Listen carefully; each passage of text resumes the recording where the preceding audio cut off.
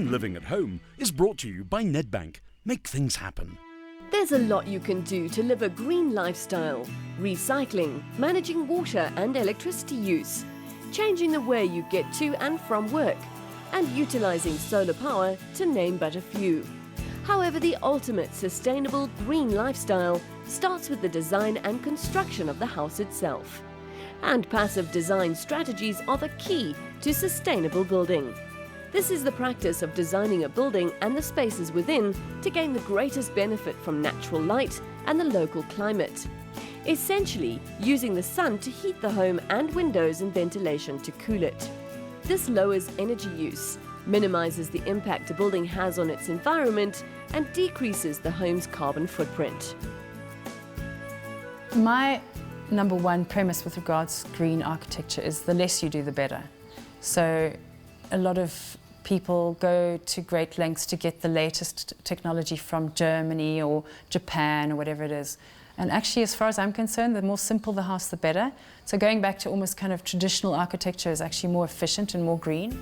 Prospero Bailey, the developer of Monaghan Farm, an eco-estate on the outskirts of Johannesburg, is a firm believer in the less is more school of architecture. We try and instill in people who buy here the concept of build what you need rather than what you think you should have. It's an exercise. I think a lot of the people that are building are building houses that are perhaps bigger than they require. If one look at some of the estates in Gauteng, I mean, the houses have got almost to pre-revolution proportions, pre-French Revolution, that is. I mean, they are giant castles that are being built on some of the estates. And I mean, it's not sustainable and it doesn't make sense. More and more architects are using passive design to lower a home's energy use and carbon footprint, while increasing the residents' comfort level through better ventilation and heat management. But it's hardly a new idea. In many ways, passive design has always been a part of architecture, because I think when humans get a choice, they make the wrong decision. When they don't have a choice, then they do what they're supposed to do. So, for example, if one travels in Norway or the Faroe Islands, they've got planted roofs, and they've had planted roofs for 300 years. If you travel to Thailand, you will find that they've got deep overhangs and places for ventilation, that kind of stuff. So what would be referred to as primitive societies have been using passive design for centuries. And it's just because of the change in humanity in the 19th century, the industrial age, the air conditioner. So we've made the wrong decisions, and we've had to acknowledge that we've made the wrong decision and come back and take a different path.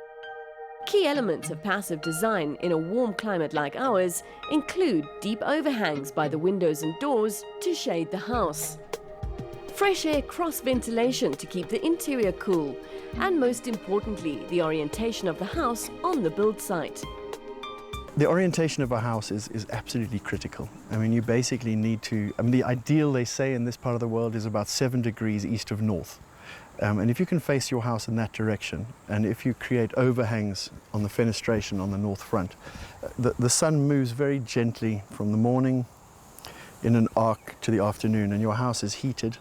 And you can do things with thermal massing, so that a wall that on the western front of the house, for example, will absorb the heat in the afternoon and then give it back to you during the night. If you orientate and you design the house so that it does have the correct overhangs, you're going a huge way to saving your energy in your house and making it much more efficient. Funnily enough, most of the kind of early Boer farmhouses understood that perfectly, you know. And if one takes the orientation that they used and the kind of simple cross-ventilation ideas that they used pre-electricity, most of those work pretty well. Of course, getting the orientation right on an open piece of land when building a new house is simple and easy to achieve.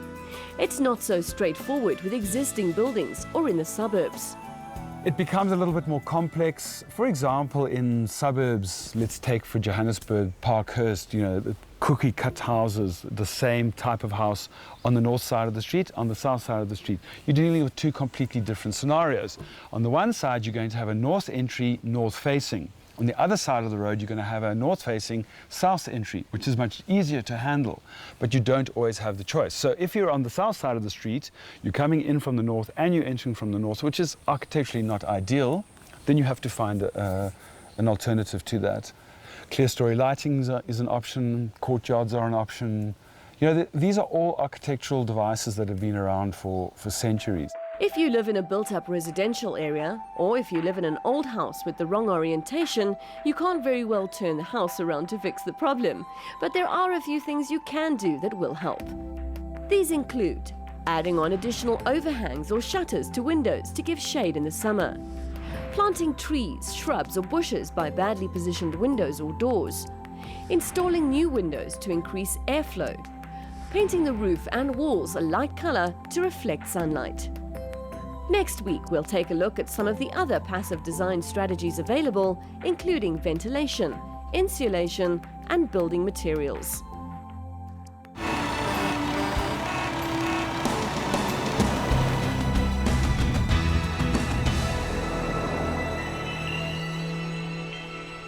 Green Living at Home was brought to you by Nedbank. Make things happen.